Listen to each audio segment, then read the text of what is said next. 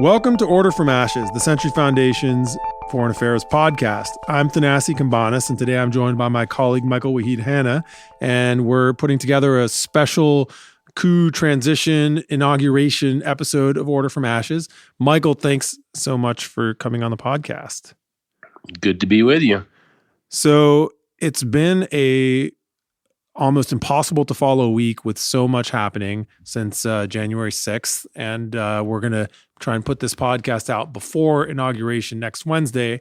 And so in this moment where we're sort of between this seminal coup attempt that happened on January 6th and this very dangerous and risky moment that comes next Wednesday with hopefully the peaceful installation of the president-elect, tell me what, like, I'm scared. I'm nervous. I've had worrying thoughts nonstop really since the election.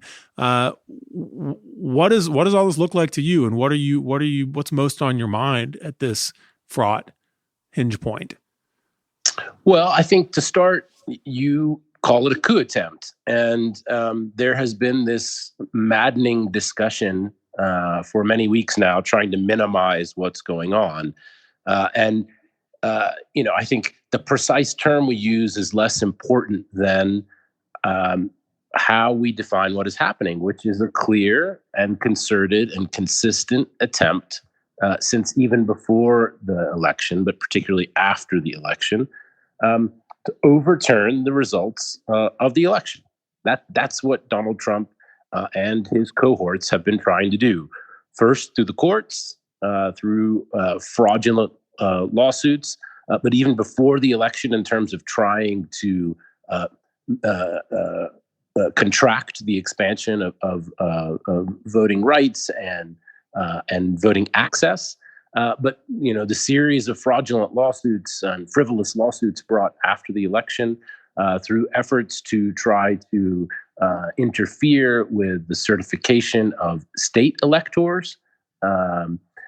And state counts prior to them getting to Washington, and this is just the final stage in that effort. This isn't play acting. Donald Trump is trying to overturn a democratic election. That's what he has been trying to do. It is not a case of him being a sore loser. This isn't a case of the people around him indulging his whiny efforts at being a loser. Donald Trump and his people have been trying to overturn a democratic election. To me, that's the big takeaway, and it's been obvious for a long time, and I've been frustrated by, for a long time, these silly discussions about what to call it. And this language is very important. We know from decades of looking at other fragile democracies, of which we are now one, that how you label and talk about these kinds of anti-democratic initiatives really helps shape what you do about them, if anything, right? So we have, we can get into specifics if you want, but we have all kinds of examples from countries that the U.S. deals with abroad, where if we don't call a coup, or if we don't call democratic erosion, then we're able to keep on business as usual while these regimes become ever increasingly authoritarian and strip away rights and become impregnable. What we've seen here, I think this is really important, that we label not just the violent mob ransacking the Capitol, but every single GOP person who stands up and says that the vote count was not accurate, or that there was fraud, or that there might have been fraud, that we label every single one of those moves as well a seditious part of a coup attempt. Because if we let that part be okay, but draw the line at the thugs who came in maybe interested in killing or detaining or otherwise stopping the work of our elected officials, if we separate those two things and say one's okay and the other isn't, I think we leave ourselves open to more and more of these coup attempts until permanent long-term minority rule is fully installed in this country. Yeah, I totally agree. I think there is no We should not indulge or accept, even as a kind of rhetorical ploy, this bad faith argumentation about electoral fraud. It should be excised from our political discourse. Now, they will defend themselves on First Amendment grounds, and that's hollow.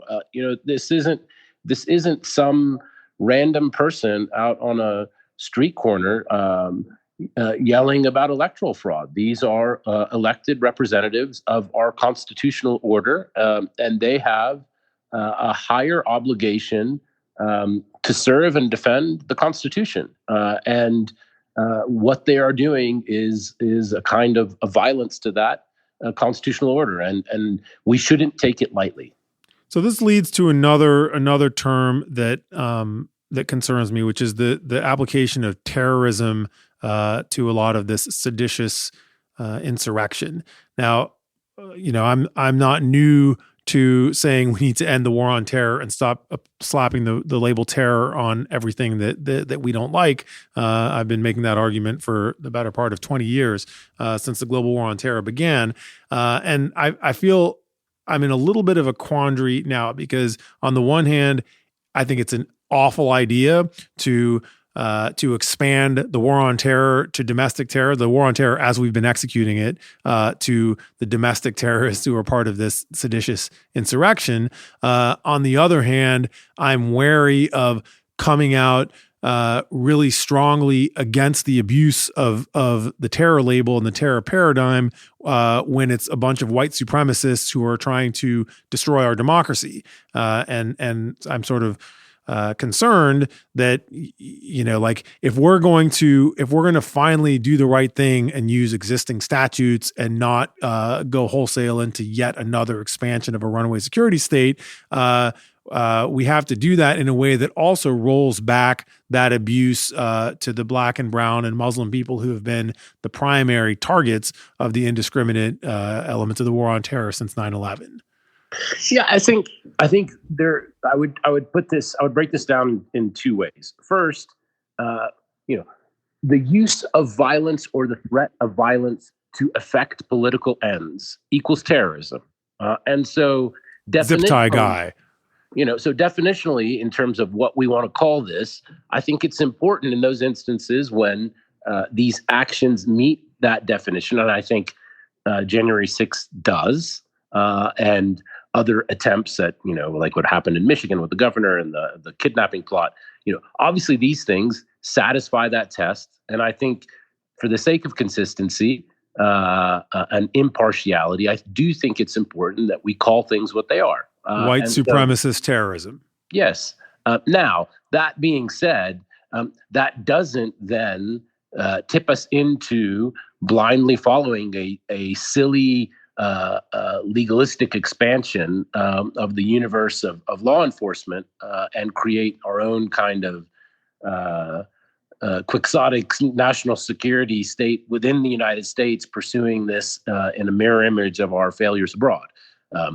That doesn't sound like a good idea, and it's not necessary. I think there are plenty of existing authorities to deal with this without having to legislate a new national security infrastructure to deal with it. So, right. Doesn't it seem like we have all the tools we need? What we've been missing until now is the will to enforce them against white supremacists the way we've enforced them against others.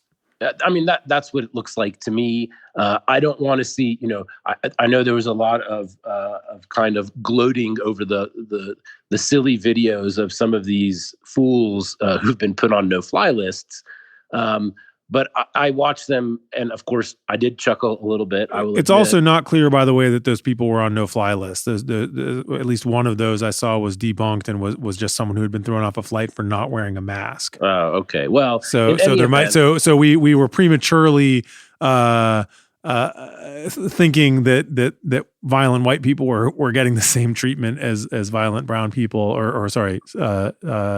not violent, but suspects who are brown, and it turns out maybe they're still getting a pass.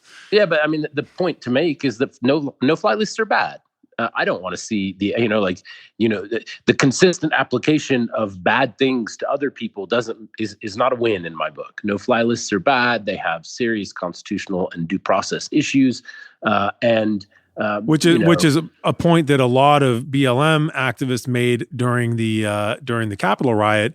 They said, we're not asking for the cops to abuse you the way they abuse us. We're asking the cops to treat us the way they treat you. And I think that's a great point, which is that what we need to do is expand rights and curtail abuses, not somehow harmonize and universalize the crazy excesses of the war on terror mentality.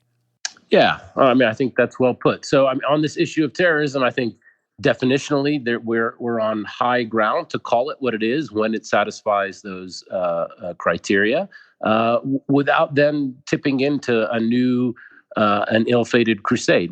It's a big problem. We see it, we know what it is, and we have to have the political will to deal with it without creating some new vehicles and structures to do so. We'll be right back. Today's world is changing faster than ever. Old rules don't apply, and the new rules haven't been written. At least not yet. I'm Rohan Advani, and I produce the Order from Ashes podcast at the Century Foundation, a leading progressive think tank that promotes peace, cooperation, and equality at home and abroad. On Order from Ashes, we try to make sense of a new international system in which America no longer dictates the global order. Join us as we talk to activists and analysts on the front lines of the most pressing issues in international policy.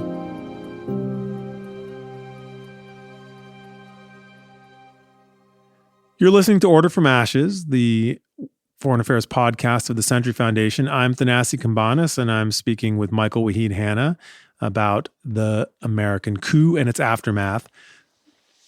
Michael, there's been a bit of a brouhaha among Middle East hands over comparisons, apt or inapt, between what's happening here and what's happening or what has happened in the Middle East, North Africa region. I hold the view that there are useful lessons to be learned, and then there are silly comparisons to make, and it's okay to do the former if you avoid the latter. What do you learn from, in particular, having followed the revolution and then coup, or the uprising and coup in Egypt, and the sort of analytical response to that coup? What lessons do you take from that are helpful to apply to understanding what's happening here now in America? Yeah, the kind of policing of discourse, I think, is a little silly. I think there are times where the kind of derogatory references to terrible places abroad, and I'm not in this awful place abroad. I'm here in the United States. This isn't Iraq; it's Washington. Yeah, and so tone can be grating, and that can be a problem. I do think there are comparativist lessons to be learned. Unless you are a true exceptionalist who thinks that our politics is simply beyond comparison, you can look at other instances of political instability, of various kinds of authoritarian or undemocratic measures taken with respect to elections, et cetera, that can offer us lessons. Why not? It seems silly that we would want to wall ourselves off from discussions of self-coups in Latin America, or other undemocratic means of eroding transitions of power. I think why not? One of the big sort of lessons or insights that I see from having followed Egypt in following what's happening in the United States now is the group of folks who were not outright violent or authoritarian, but who were open to what they saw at first as a soft and convenient authoritarian bargain, and which later slipped into a full-blown dictatorship. And that process, I think, is very instructive to looking at and raising questions about the ways in which various quarters of the American public, from public opinion all the way up to really reckless people in Congress, think that they can make these kinds of deals with violent thugs, with militias, with anti-democratic and anti-constitutional authoritarian governance, and they think that somehow they'll be able to control this process. And that, to me, the lesson of democratic relapse into authoritarianism is that once you go down that path, it's not only very hard to turn back, but it's very hard to control it. The people who lend their support to it, in the end, once they sort of have one vote, one time to vote, and the one time that they sort of vote for it, that's it. They're never consulted again. And later, when they say, "Hey, we back this, and now we're a little uncomfortable where it's gone," the authoritarian system says, "We actually don't even need to care what you think." Yeah, I mean, I think the specter of militiaization of politics is a scary one. We are forced to deal with hybrid political actors who have their power within the state and without it because of their militia, their extra legal force, their power that sits and resides outside the state. These are real problems. We deal with those actors because they are real and there and exert political authority. But when we do so in places like Iraq or Lebanon or other places where you have these kinds of militia actors, it is a necessity, but it's an awful outcome for the state. We're not nearly at that stage. But the ways in which some in the GOP have indulged these kinds of armed actors, I think, is alarming. And without crying wolf on this, I think it is something that we have to think a lot about. And it's another one of those things that should be policed very vigorously in terms of our attention to links between sitting politicians and armed non-state actors. This has to be a red line for our politics because it's poison otherwise. And it's a red line that has been crossed, I think. It was eroding since Oklahoma City and Ruby Ridge, but it absolutely has been crossed since the 2016 campaign.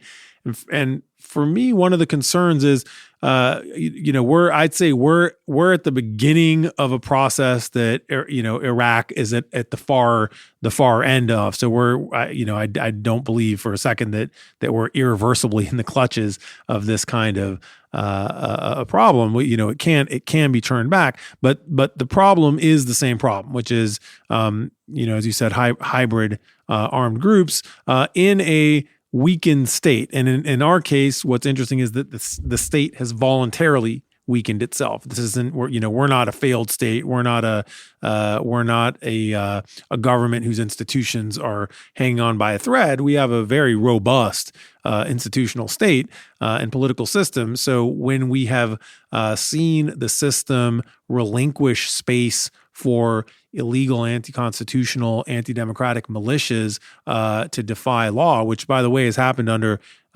every presidency, at least since Bill Clinton. There have been these cases of renegade, crazy, white supremacist states' rights militias who violate the law and in the end are not held accountable because the calculus is it would be too explosive or too dangerous or court some kind of extra violence to hold them to account. And that has emboldened these forces over a quarter century. And now we're in a position where one of the two major parties in this country has these deniable militias that support its, not just the president's, but a lot of its leadership's goals. And that, to me, is almost an exact parallel to the way Iraqi political parties use the militias that are in the popular mobilization forces to blackmail opponents, wield hard and soft power, and then always use the cover of deniability. Because when push comes to shove, they can say, "Oh, that's not my group. I didn't tell them to do that." And technically, it's true, but it's of course in substance, it's a complete fiction, and that method is the method that's being deployed here. And I fear that if we don't take a real decisive and perhaps hard to execute stand against guns, assault rifles, and these militias, that we're going to be on a long trend of being ever more at their mercy. Yeah, I mean, two quick points on this. I think we sometimes have been desensitized to the insanity of this open carry armed protest, right? Like this is nuts in any comparative sense, and it is an implicit threat. Just because people have a right due to some warped understanding of the Second Amendment that has evolved over many decades to carry arms, the idea that this is naturally coupled with political protest is frankly insane. So, point one, which I think we sometimes lose sight of. Right, it's become so normalized that we forget to be shocked. Sure, it's nuts. Point two, to the extent that any sitting member, and there are some allegations of this out there now, any sitting member of Congress, say, helped organize and assist what is frankly seditious activity on January 6th. There's this discussion of whether they helped them tour. Right, giving the tours beforehand, right, and pointing their way to the speaker's office. Yeah, those people should be expelled. Under Article 14, yes. Yeah, under the 14th Amendment. Yeah. Yeah. So I do. I think there's a whole series of other things that need to happen in regard to censure for those who led this process in Congress, like Senators Cruz and Hawley, et cetera. But on this specific point of people, if proven, and this is the allegations according to one Democratic Congresswoman. But if those things pan out, I think we have to take those things very, very seriously, and I think expulsion is an appropriate remedy in that case. We'll be right back. What exactly would a progressive foreign policy look like in the Middle East? The lines of critique are clear. Providing realistic policy proposals is a whole other thing, and much more difficult. I'm Dan Ben-Aim, and with my colleagues at the Century Foundation, we're trying to ask and answer the hard policy questions and come up with specific proposals that move the ball forward. You can see our ideas and join the conversation yourself at our website, tcf.org.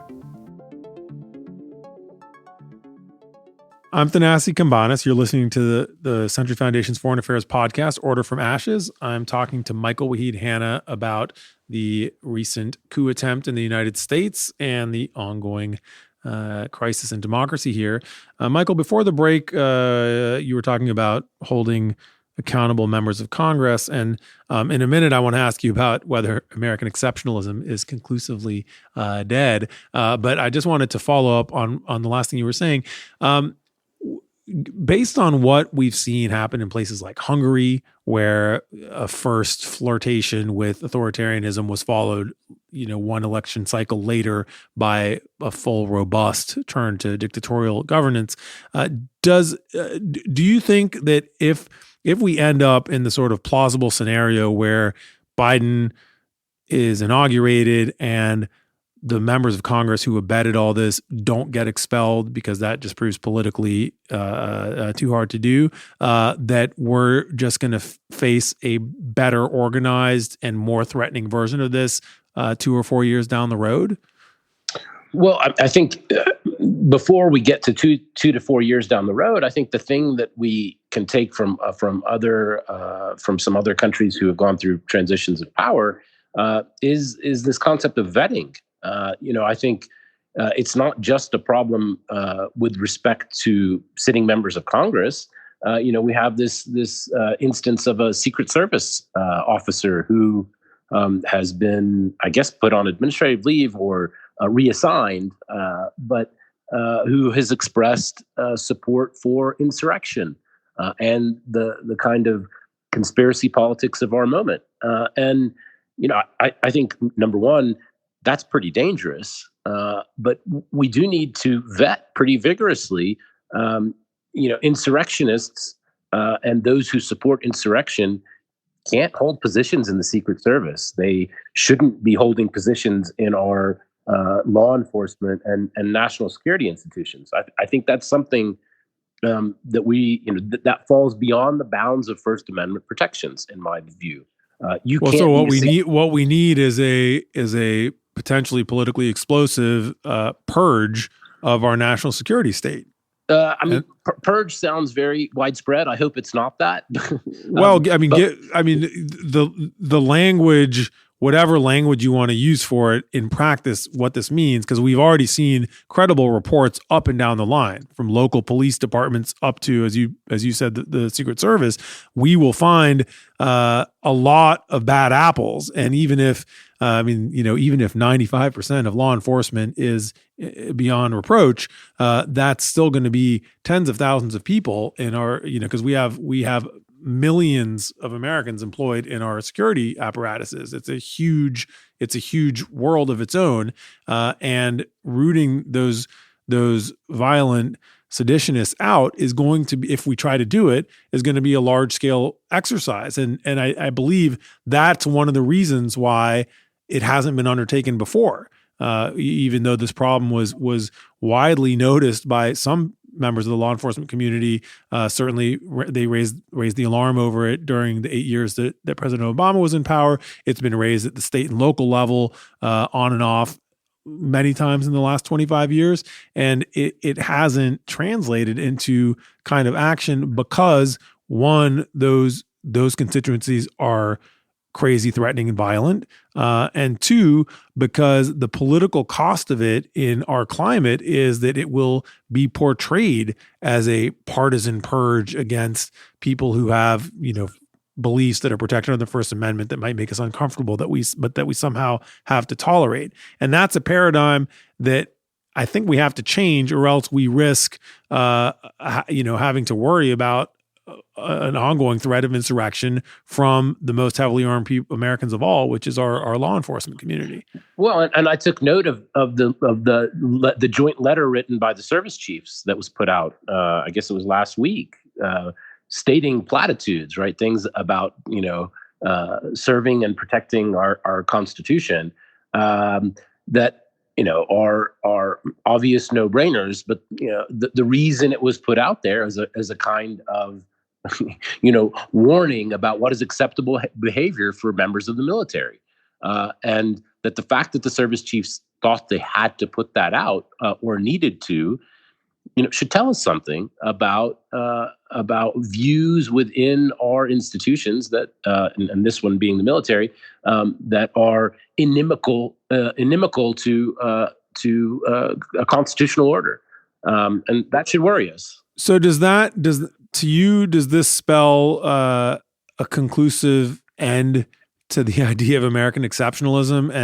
and a sort of growing acceptance within the American political elite that we no longer can think of ourselves as somehow different and apart from all other political entities in the world?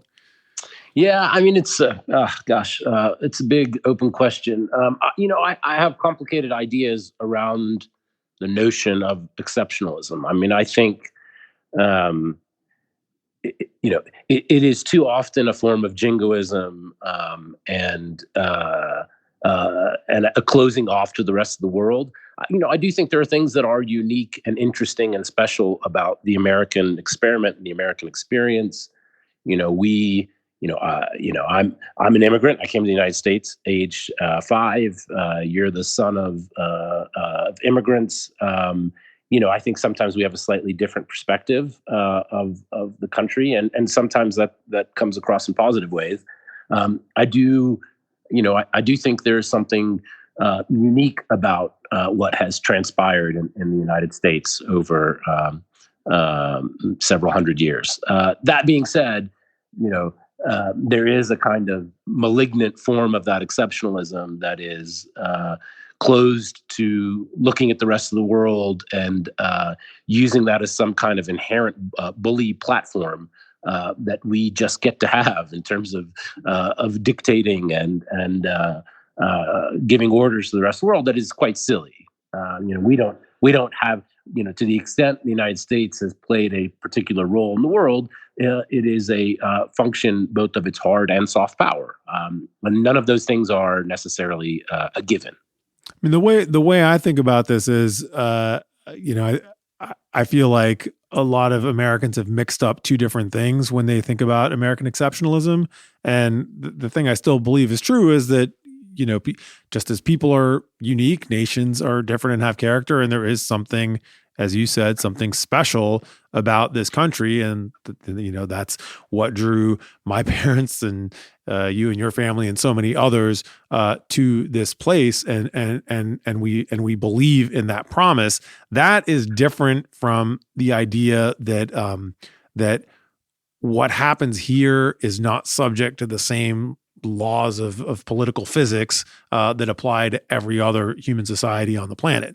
And that's the piece of American exceptionalism that has been, I think, supremely unhelpful over the decades, where it gives, frankly, both people on the left and people on the right a false sense of security that we are not at risk. We're not at risk for a civil war or for an authoritarian relapse or for the wholesale clawback of rights that a growing proportion of Americans had been enjoying over a improving half century. And that is, that has allowed us to whistle past the graveyard for a long, long time. And the sooner we scrap that piece of the idea of American exceptionalism, the better we're going to be able to protect ourselves. And I see in the Joint Chiefs statement, and frankly in some of the welcome alarm and action over the last week, a growing body of Americans in government and in public life who are finally willing to say, oh my God, it can happen here, and we have to stop it from happening here. We can't just invoke the sort of faith that America's different, we're going to be okay. We have to stop this from happening. Otherwise, we could go back to Jim Crow. We could go back to worse. We could go back to a fully undemocratic legislature. And because those dangers are real, and because they are threatened by armed Americans who don't share our values, if we don't do something about it, it will be done to us. Well, and to bring this back to our core expertise, which is foreign policy, the kind of the most tone deaf expressions of American exceptionalism have been on display during this kind of lame duck period, where you see the ultimate blowhard exceptionalist, Mike Pompeo, who I will note I think is the worst Secretary of State in modern American history. But after his really scandalous briefing where he talked about transition to a second Trump administration, this man has been out there talking and berating and castigating other countries about the need for orderly elections and democratic transitions. And it has been this kind of the quintessence of hypocrisy vis-a-vis American democracy promotion abroad, and the total lack of self-awareness. That has been Mike Pompeo. And the thing that I take from all that is not what some people have said, which is like, hey, get your own house in order and just forget about the rest of the world. Of course, we have to get our own house in order. I mean, we can't. This is our home. This is our country. This is where we live. We care about its well-being, and first and foremost, our health as a democratic entity is not simply a platform for American power abroad. I mean, I think some of the ways in which people talk about this always leap to the foreign aspect of this, and of course, the most important is living in a healthy and democratic and pluralistic society. But clearly, getting our own house in order and giving a frank recognition of our own troubles and the fragility of democracy, and our own democracy in particular, is going to be an important facet of our engagement with the rest of the world. And in our engagement with the rest of the world, as many Democratic leaders have talked about over the course of the past years, including Bernie Sanders, Elizabeth Warren, and the president-elect, is this issue of rising authoritarianism. And, I don't think it can be sequential in the sense of Joe Biden gets to focus on the United States and hopefully gets our house in order. And when that happens, then we can speak clearly and with some moral authority in the world. We don't get the sequence in that sense. Rising authoritarianism is a problem. It is bad for it could be bad for the United States, but it is bad for a lot of people elsewhere. And I think we have to be humble in the way we talk about these things. But I think there is a way in which we can recognize very clearly the democratic erosion and backsliding that has happened in the United States, can raise the necessity of combating those forces at home while also engaging the issue more broadly. This resurgent authoritarianism in the world is a problem, and it is a problem that I want the United States to engage with now. Yeah, and in closing, I would agree with everything you just said and add one more thought, which is that during the presidential campaign, a lot of the candidates made a real concerted push to change the way we think about and talk about this artificial divide between foreign and domestic policy. Bernie Sanders and Elizabeth Warren especially did this well, but Joe Biden took up that idea too, and he's carrying it into his planning for his administration. And it's a potentially positive result of Trump's toxic presidency that he also, in his actions, now he did this destructively, tore down that wall, that conceptual and practical wall between foreign and domestic policy.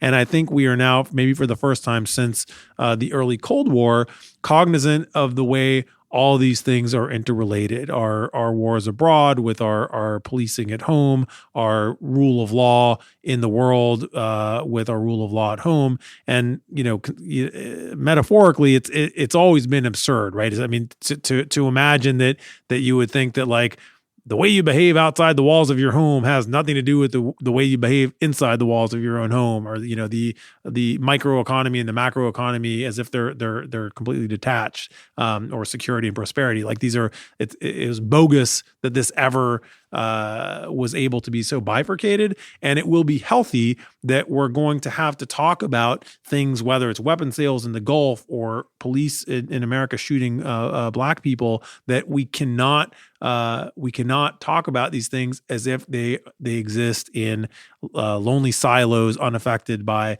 all our other policies. And we also see that in some of the personnel choices where we have Dennis McDonough running VA, or we have Susan Rice with a domestic portfolio. And it's a recognition of the fact that if you're talking about rights, rule of law, democracy promotion, administration of huge bureaucracies, taking care of people's needs, these are not either domestic or foreign issues. So Michael, it's been great talking to you. And we've got lots to keep processing, so look forward to doing this again soon, and wishing for an uneventful week to come, although I fear it won't be. On that note, Michael, great to have you on the podcast, and till next time, I'm Thanassis Cambanis. And I'm Michael Wahid Hanna. Thanks for listening.